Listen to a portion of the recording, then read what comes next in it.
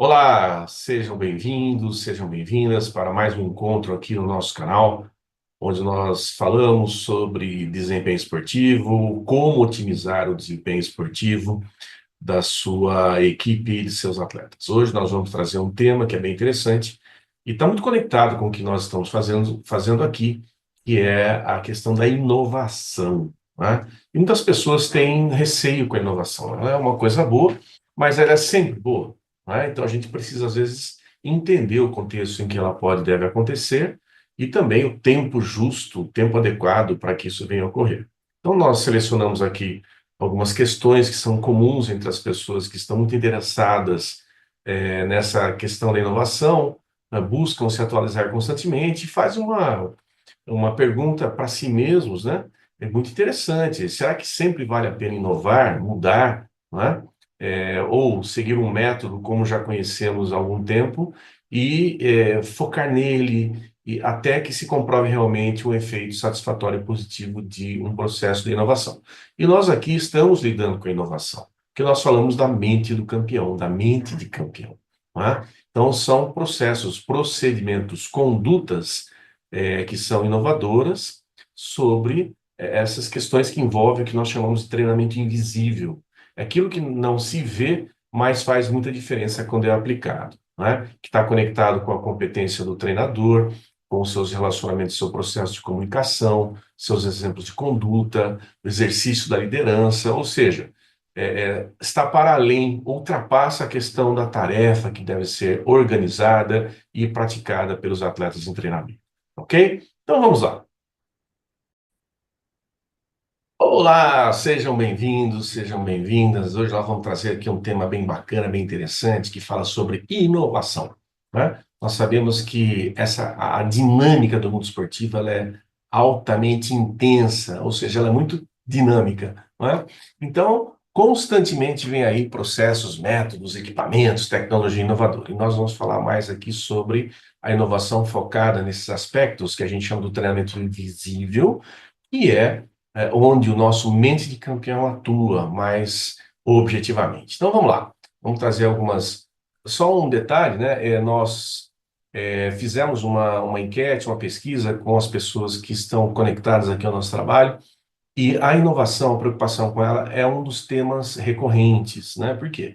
As pessoas às vezes tomam conhecimento de processos que são novos, processos que são às vezes desafiadores por serem novos, e elas querem saber, mas vale a pena aplicar isso? E quando é que eu aplico isso aí, não é? Então é disso que nós vamos falar aqui hoje, tá ok? É a inovação focada nesse trabalho do treinamento invisível, que é o mente de campeão, não é? Então nós vamos trazer aqui uma apresentação para estruturar aqui a nossa fala e seguir com vocês aqui na nossa troca de ideias, né? Quando a gente vai falar sobre inovação e as estratégias de treinamento. Então, o treinador com técnicas inovadoras, ele vai buscar, obviamente, constantemente elevar o desempenho dos seus atletas, ok? Então, a inovação, ela contém dentro de si o que eu chamo de espírito investigativo, ou uma curiosidade contínua em relação a métodos de treino, no caso do esporte. O treinador que é inovador, ele não se limita a reproduzir o que foi ensinado lá no seu tempo de escola, de faculdade, de especializações, mas ele quer coisas novas, reforço, porque o mundo do esporte é muito dinâmico, não é? Então, esse treinador ele vai buscar combinar conhecimento científico atualizado com uma observação criteriosa do comportamento de cada atleta. Em outras palavras, ele cria protocolos de treinamento que respeitam a individualidade dos atletas, que é um dos princípios do treinamento esportivo, não é? No mesmo tempo que incluem elementos de superação de limites de forma progressiva. Ou seja, as cargas são colocadas, né, para que, através desses estímulos novos, elas produzam novos comportamentos, né, envolvendo a superação, resiliência, uma série de outras coisas, para ter o crescimento na performance, no desempenho esportivo. Então, uma atitude inovadora também ela envolve o quê? Primeiro, a aprendizagem constante, que é buscar referências em áreas correlatas, como psicologia, neurociência e gestão de pessoas, que é o nosso caso aqui, né, do treinamento invisível, do mente de campeão, né, um ambiente de testes, né, não ter receio de experimentar métodos que saiam do lugar comum, para saber qual que é o retorno que ele vai te dar, não é? Para não colocar em risco também a congruência, o alinhamento das suas práticas. Isso é fundamental. né? Muitos especialistas aí vão falar sobre esses elementos concorrentes dentro do treino, que um pode atrapalhar o progresso de um outro meio, um outro método. Então é importante saber disso também. E o feedback contínuo, ou seja, envolver os atletas no processo, fazendo-os entender por que as estratégias empregadas funcionam e como elas podem ser melhoradas, né? Então, o atleta tem que ser um grande parceiro do treino, não é simplesmente lá passar a tarefa para quem está treinando e ver a resposta, porque é ele que está lá investindo em cada gota do seu suor. É muito importante trazer o atleta como um parceiro dentro do treino. Vamos lá. Algumas técnicas de treino, né, elas são atuais e ainda não muito utilizadas e têm o poder de multiplicar o desempenho da sua equipe, né? É muito importante a gente entender que, às vezes, o novo é novo, bonitinho, mas eu não uso, ok? Muitos treinadores fazem isso até por desconhecimento ou por falta de alguém que seja especializado na aplicação da técnica, que é o caso aqui do treino mental com visualização guiada, né? Esse treino ele consiste em orientar o atleta a ensaiar mentalmente situações de jogo de competição, para que não haja uma situação lá de jogo, por exemplo, em que algo novo tenha que ser criado e nunca realizado em treino e vai ser testado durante o jogo. Isso é muito danoso, né? E é um risco grande, a gente sabe disso. Então, é uma prática conhecida em alto nível, obviamente que deve ser feita em treinamento, mas ainda pouco difundida no dia a dia de muitas equipes. Ou seja, a visualização guiada reforça a conexão neurocognitiva e ajuda a melhorar a tomada de decisão sob pressão. Eu sempre me lembro aqui das situações, trabalhei muito tempo no basquetebol, que muitos treinadores eles organizavam situações táticas novas em jogos decisivos que nunca tinham sido praticados em treino. E muitas vezes essas situações elas não davam certo. Por quê? Porque, primeiro, as pessoas não tinham praticado aquilo. Segundo, tem um adversário do outro lado que muitas vezes não obedece à expectativa do time que está organizando uma coisa nova, não é?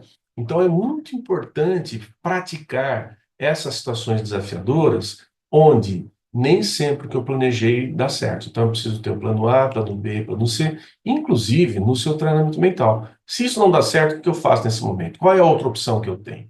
Ok? Outra coisa importante aqui, ó, periodização psicológica. Pessoal, a gente sabe que não usa isso.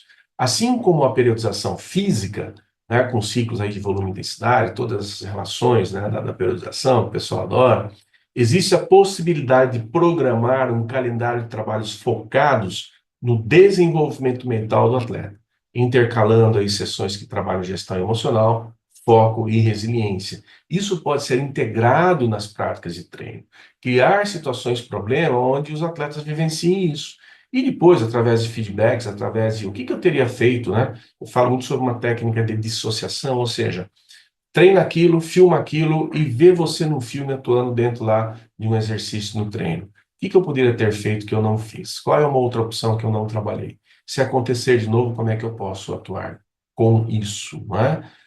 Um outro tipo de estratégia é a gamificação das tarefas, né? Utilizando elementos de jogos, que são aí desafios, metas pontuadas, recompensas simbólicas, ou seja, tudo que alguém faz num trabalho tem uma pontuação. E eu preciso atingir uma pontuação para, por exemplo, vencer um outro grupo que disputa comigo, com o meu grupo, um determinado tipo de conjunto de tarefas, não é?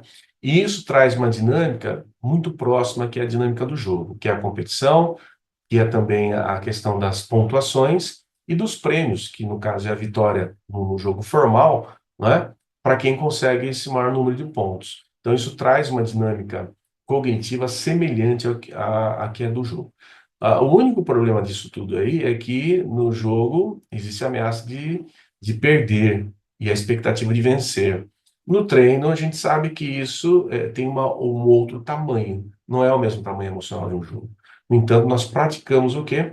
A atitude de pensamento do pensar para vencer. Isso é importante, não é? Então, esse engajamento e motivação, eles são disparados a partir dessa ideia de gamificar as práticas, né? Isso é muito bacana. Isso funciona muito bem com atletas que são muito competitivos. A gente precisa também entender aqui que existem o quê? Os indicadores que eles devem servir de referência e que orientam a aplicação das técnicas novas para uma determinada equipe esportiva. Então, a gente não pode abandonar essa coleta, né, do elemento que é quantitativo para saber se a técnica inovadora está se encaixando ou não, não é? Então, é fundamental aqui, ó, observar perfil dos atletas, idade, histórico esportivo, motivações individuais e capacidade de aprendizagem, ou seja, pelo que já passou esse atleta ou essa atleta, esse grupo, essa equipe, não é? Isso tem sentido hoje para eles? A gente sabe muito bem que o pessoal mais jovem, mais novo, tem uma dimensão maior de expectativa de viver coisas novas, não é? Em grande amplitude do que o pessoal que já tem uma certa carreira, né, percorrida, porque já fizeram muitas coisas também. Então, muito do que eles vivem no treino, às vezes, não é mais novidade, não é? Então, a gente precisa disparar essa novidade na mente dos atletas. Outra coisa, estágio da temporada. Períodos pré-competitivos e competitivos exigem abordagens diferentes. O estresse é maior quando? Períodos competitivos. O estresse praticado no pré-competitivo é da carga de treino, que é bem diferente, né? Outro apontamento, outro pilar é o feedback fisiológico, né? Muitas vezes o pessoal usa aqui os indicadores como variabilidade da frequência cardíaca, que é uma coisa fácil, né, mas menos complexa de ser captado, né? E os mais difíceis, níveis de colesterol, depois os testes de potência e velocidade, que às vezes envolve tecnologia, e até as escalas subjetivas de percepção e esforço. Então, faça alguma coisa que sirva para você, que você confie, que você saiba dominar, né? E tem os indicadores psicossociais, que são nível de coesão do grupo, engajamento, motivação e qualidade da comunicação. Então, isso aí tudo ajuda a perceber como é que está indo a aplicação desse elemento inovador. Então, na psicologia do desempenho, há estudos e artigos científicos que correlacionam a adoção de práticas de visualização e controle emocional com um índice menor de estresse e maior de consistência em competições, né? Autores como Terry Orlick, né, ele não está mais entre nós, ele foi um grande difusor desse tipo de prática, e o Jim Williams, eu coloco aqui o Jerry Lynch também, são referências nesse campo, trazendo metodologias, escalas de avaliação que podem nortear o seu planejamento e te ajudar a perceber o que está acontecendo com o grupo, né, e ter, obviamente, um controle maior desse tipo de atividade. Algumas pessoas perguntam: utilizar técnicas inovadoras é importante? Eu devo ficar confiando lá no método que já é de meu domínio já há muito tempo, né? Então, mesmo que o seu método atual funcione, a excelência no esporte é marcada por detalhes e constante evolução.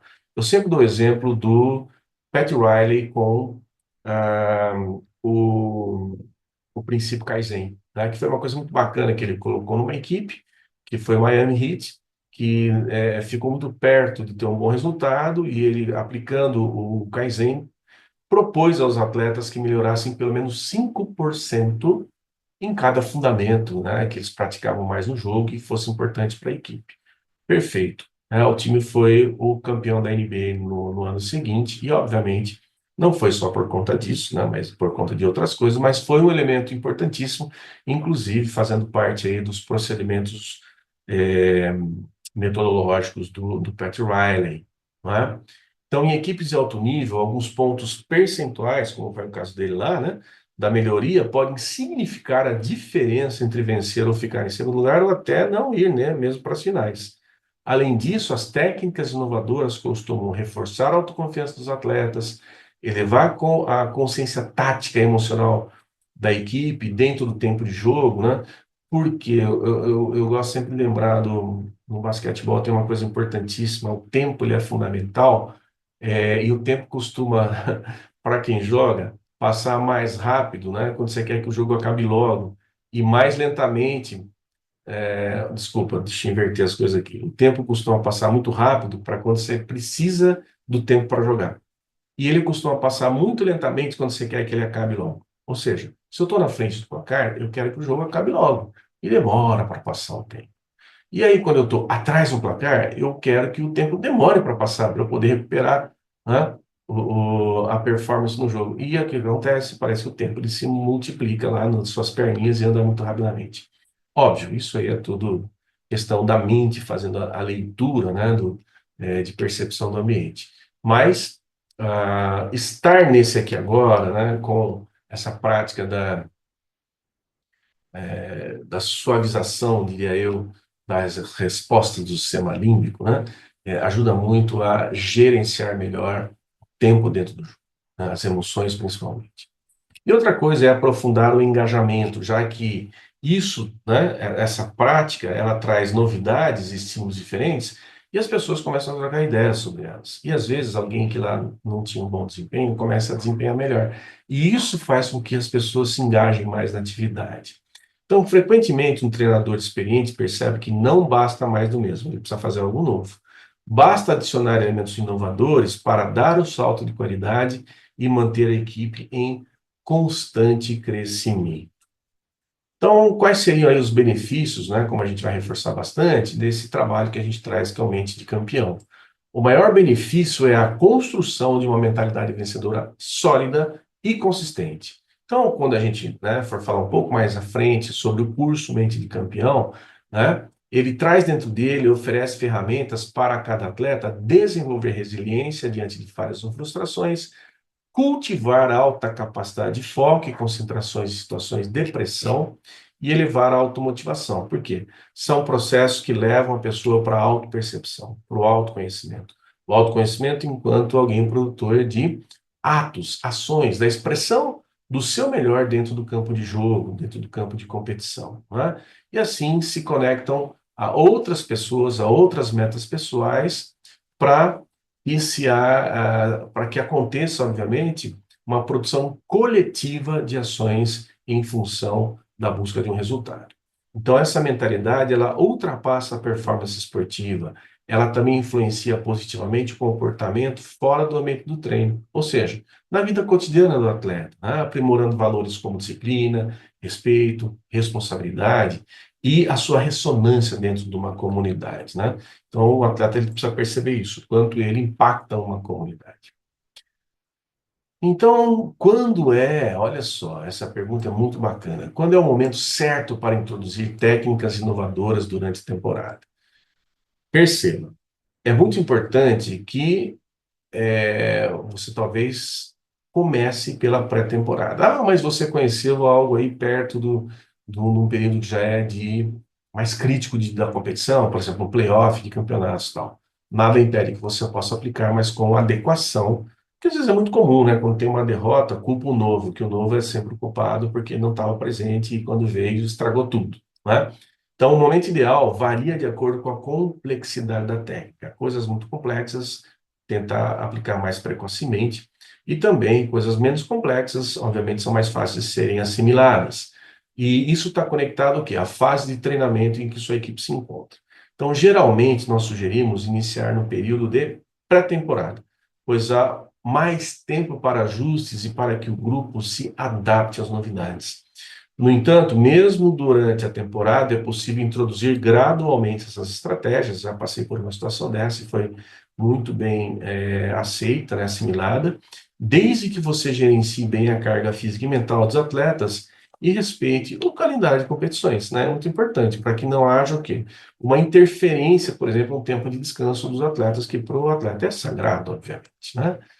Então, onde os treinadores erram muitas vezes ao tentar aplicar técnicas inovadoras? O erro mais comum, sabe onde é? É querer resultados imediatos, sem considerar o processo de adaptação. Ou seja, o que é novo, muitas vezes, parece uma coisa grande, gigante à nossa frente. E nós vamos perceber com o tempo que nós estamos dando tamanho excessivo a isso, né? Outras falhas típicas seria, primeiro, a falta de coerência entre a filosofia do treinador e uma nova abordagem, gerando confusão nos atletas. Muitas vezes um treinador ele tem uma conduta punitiva, gosta de chamar atenção em público do atleta, e isso para o atleta não faz bem, obviamente. E aí ele traz uma pessoa para lidar, às vezes, com as suas próprias falhas e os danos, né? As lesões emocionais que ele provoca no grupo. Só que ele continua com a sua conduta, aguardando que essas novas técnicas possam sanar, curar. É o belisca e a sopra, né, o pessoal chama. E isso não é uma boa conduta, não é uma coisa que tem a ver com alinhamento, congruência do treinamento, né? Entre o sentido das práticas, né? Então, se houver essa coerência entre a filosofia do treinador e a nova abordagem, isso vai, obviamente, provocar uma receptividade alta dos atletas. Do contrário, o quê? Gera confusão. Outra coisa, né? Que atrapalha, aplicação superficial das técnicas, sem estudo específico, aprofundado ou acompanhamento regular e sistemático de um especialista. Uma outra possibilidade é a ausência de feedback, né? Ou seja, não se coletam dados, dos atletas para fazer os ajustes necessários dos métodos adotados. Então é importante estar atento. Como que os atletas estão recebendo aquilo, percebendo e praticando, né? Aplicando, colocando em prática. Um ponto bacana aqui, gente. Trouxe um exemplo aqui legal, né? Que eu gosto eu gosto muito de Fórmula 1, gosto muito de corrida de carro, assisti pela TV, obviamente, que eu admiro muito esses pilotos, né? Dirigindo aquela velocidade e fazendo o que eles fazem, né? Então, eu trouxe um exemplo aqui que é do Daniel Ricciardo, que ele pratica exercícios de mentalização, visualização e de eh, autoconhecimento. Então, como é que a gente pode organizar a rotina para inserir essas estratégias inovadoras da mente de campeão sem sobrecarregar o planejamento? Lembrando que o atleta tem sempre o quê? Uma agenda cheia. Então, a chave sempre é planejamento integrado. O que você pode fazer? Inserir módulos curtos de treinamento mental, por exemplo, de 10 a 15 minutos, no final da sessão de treinamento físico. Ou colocar muitos dos procedimentos, né, que o mente de campeão traz dentro do treino técnico, nas suas intervenções, na sua comunicação verbal, não verbal, dentro da perspectiva das relações interpessoais, né, e uma série de outras coisas que envolvem a conduta que faz a diferença, né? Outra coisa é designar um período semanal específico para trabalhar esses aspectos psicológicos ou emocionais. Criar, olha, isso é fundamental, isso é uma chave de ouro, né? Não é à toa que essa figura está aí. Criar sinergia com a comissão técnica. Por quê? Se existe alguém trabalhando os aspectos do treino invisível, como a gente coloca, e a comissão duvida, por exemplo, a comissão ela é repleta de líderes, né? Então, esses líderes, se eles duvidam de alguma coisa, de alguma tarefa, de algum procedimento, de algum método que está sendo desenvolvido por uma outra pessoa dentro da própria comissão técnica, o método perde a força, né? Isso é notório. Então, se não existe um diálogo comum, um diálogo sinérgico, um diálogo em sintonia de todos, esse tipo de trabalho perde força com certeza. E um outro pontinho é adaptar-se ao calendário de competições, aumentando ou direcionando a intensidade dos trabalhos, que são aí os trabalhos mentais, o treino visível, mente de campeão, de acordo com a importância dos jogos ou torneios. Por quê? Jogo contra time de alto nível, né? De exigência, né? Ou seja, vai exigir dos dois lados. O pós-jogo tem um tamanho. Um jogo contra uma equipe de um nível técnico menor, o pós-jogo tem outro tamanho. Então é importante entender essa variabilidade dos estados de humor pós-jogo e pré-jogo para poder atuar de forma efetiva com esse tipo de procedimento de técnicas que são do treinamento invisível e do mente de campeão. Vamos lá. Um exemplo clássico, e gosto muito de trazer o exemplo desse rapaz, né, que é o Phil Jackson, né? Ele foi ele não foi inovador, porque muitas pessoas já faziam isso, mas ele divulgou isso de forma clássica, até formal, através de um livro, né, chamado Cestas Sagradas, que ele escreve com uma outra pessoa que anotou as histórias e fizeram um livro belíssimo sobre as condutas e os procedimentos na época de ouro lá do Chicago Bulls, né? O Phil Jackson, ele trabalhava com atletas de altíssimo nível, tipo Michael Jordan, Kobe Bryant, tipo Shaquille O'Neal, pessoas que eram muito bem-sucedidas, mas que ele ajustou, alinhou dentro dessas perspectivas, né, da meditação, da visualização, e trouxe a essas pessoas uma nova possibilidade que fez com que eles disparassem o seu desempenho quando o Phil Jackson estava no comando, né? Então, o que ele fazia? Ele promovia sessões de meditação e ensinava técnicas de respiração para manter o foco em momentos críticos. Momento crítico é um momento banhado por emoção. E naquele instante a gente percebe a frieza dos seus atletas. Tem vários finais de jogos, não é? Muitos deles nas mãos desse rapaz aí do Michael Jordan, que adorava esse momento, não é? Que foram lindíssimos pela frieza com que eles é, atuavam, né? A gente viu também o Paxson, né, que era um jogador de Chicago Bulls, finalizando com uma cesta lá de de fora, né, do garrafão, e ganhando o campeonato, quando todo mundo achava que era o Michael Jordan que ia fazer esse chute. O Kobe Bryant, com várias atuações também, onde ele teve uma espetacularidade sem tamanho por conta da frieza dele em ler as situações, ou seja, esses caras jogaram muito mais com o Phil Jackson. Por quê? Pelo conjunto da obra. E é isso que a gente quer trazer para vocês aí no Mente de Campeão, né? Agora, como é que você pode replicar essas coisas dentro, obviamente, dos tamanhos devidos? Você pode adaptar essas práticas à realidade da sua equipe. Então, procure orientar exercícios de respiração, relaxamento após treinos intensos, propondo momentos de concentração silenciosa, né, antes de partidas decisivas e, principalmente, explicar ao grupo, né, por que isso pode ser transformador para o desempenho. Ou seja, é importante colocar o conceito, colocar a justificativa, não é? Explicar o que que é a técnica e como é que ela atua, para que as pessoas não achem que é uma preciosidade só do treinador, do técnico, ou de uma pessoa de fora, e que é bonitinho fazer, de jeito algum, né? Isso tem isso é comprovadamente bem-sucedida a aplicação da técnica quando ela pode trazer os resultados diferenciados para os atletas, né? Vamos lá. Então, a implementação dessas técnicas inovadoras, ela obviamente tem um impacto dentro da equipe. E a gente, óbvio, né, faz a leitura disso como um impacto significativo, pois combina com uma estrutura mental e emocional que sustenta o desempenho esportivo. Então, não tem o limite exato da aplicação, pois cada atleta assimila esse tipo de estratégia de modo diferente. Alguns vão se interessar mais e ir mais profundamente nisso, e outros vão se interessar menos. Às vezes porque confiam muito na sua força, na sua velocidade, seja o que for. Contudo, se há alguma restrição, geralmente ela está relacionada ao quê? Primeiro, recurso de tempo ou conhecimento especializado. Então, a gente sabe que a agenda das equipes, né, do alto nível, principalmente, são muito apertadas, né? De treinamento, de jogos, viagens, uma série de coisas assim. Então, é importante saber integrar essas técnicas dentro do trabalho formal, não é? E trazer pessoas que tenham conhecimento especializado nisso. Muitas vezes o treinador ele não gosta de ministrar esse tipo de trabalho, nem preparador físico, nem fisioterapeuta, né?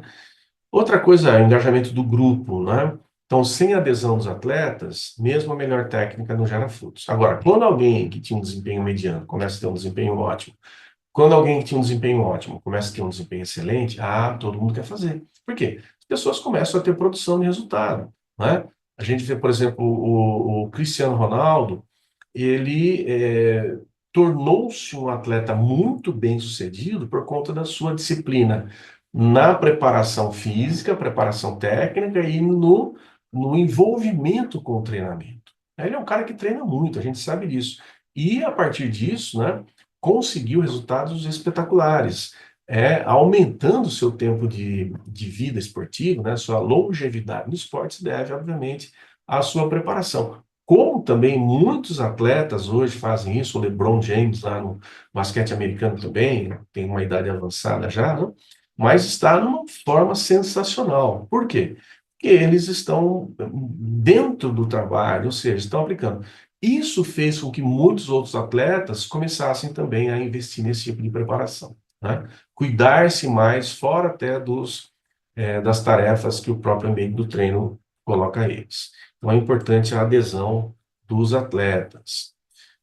E aqui eu vou engatar o nosso próximo assunto, né, desse conteúdo que a gente quer colocar para vocês constantemente aqui no canal, né, que são as técnicas para resolver conflitos em equipe, aliás, com o mente de campeão, que é o nosso próximo assunto. Então é muito importante entender que todas as pessoas, muitas vezes, que entram em conflito no trabalho, elas têm uma intenção em comum, que é vencer jogos, ter o melhor desempenho. Só que a forma como elas fazem isso nem sempre são iguais. Então, por isso que a gente tem os conflitos. Então, a intenção positiva, ela tem o mesmo fundamento, digamos, ela sai do mesmo lugar, ou seja, as pessoas querem vencer, querem ganhar jogos, só que a forma como fazem isso nem sempre são as mesmas. Então eu coloco uma foto aqui do Dennis Rodman, ele se lançando ali para uma bola que é para fora num jogo, né? E olha a forma como ele faz isso. Dificilmente a gente vê hoje num jogo alguém fazer esse tipo de coisa. Então ele tem um comportamento único, porque ele tem uma intenção, obviamente, de vencer, e ele faz coisas diferentes para isso. Para a gente ter uma ideia, ele era um jogador que muitas vezes saiu zerado, né, com 0 pontos de um jogo, só que com marcas muito expressivas de rebote, recuperação de bola, né, impedir o jogador de fazer o seu arremesso, que é dar lá fazer o seu bloqueio. E ele fazia isso porque ele é um jogador com características altamente defensivas e pouco, né, acionado no ataque. Então, ele tem uma característica fundamental que faz com que ele seja diferente para isso. E nem todos fazem o que ele faz. Né? Imagina se ele tivesse a mesma potência no ataque como ele tinha na defesa. Né? Talvez ele não defendesse tanto quanto atacasse. Então, a gente precisa entender isso. Muitas vezes, essas situações que envolvem conflitos é porque existe uma disparidade na forma comportamental, mas que nem sempre há uma disparidade na intenção, nos desejos de vencer. Então, nós precisamos entender isso, que a intenção muitas vezes é a mesma, é vencer. Só que a forma de mostrar isso ela é diferente. Às vezes é uma forma agressiva, é uma forma mais ousada, mais corajosa, e para outras pessoas é mais racional, é mais valorosa, é mais voltada para a compreensão do que está acontecendo, menos emocional. Então, o primeiro movimento é esse, entender que as pessoas têm o mesmo objetivo, querem lançar o dardo para o centro lá do alvo, né? Então, a gente começa pela escuta ativa, que é muito importante, libertar-se da escuta reativa, né? Que é aquela que já está preparando uma resposta para aquilo que alguém está falando. Então, pô, eu quero primeiro escutar, para entender o que que a outra pessoa está me colocando. Então, a escuta ativa e a mediação dos conflitos, elas são mais eficientes quando reforçadas por estratégias que a gente fala aqui. Ponto 1, dinâmicas de comunicação, que são simulações de diálogo, em que cada atleta aprende a expor seu ponto de vista sem interrupção do outro. Ou seja, respeitar o modelo de mundo do outro e aguardar, vamos ver o que a pessoa tem para colocar. Segundo, ponto 2, exercícios da empatia, ou seja, convidar os atletas a se colocarem no lugar do companheiro para entender as pressões e os desafios que cada um enfrenta.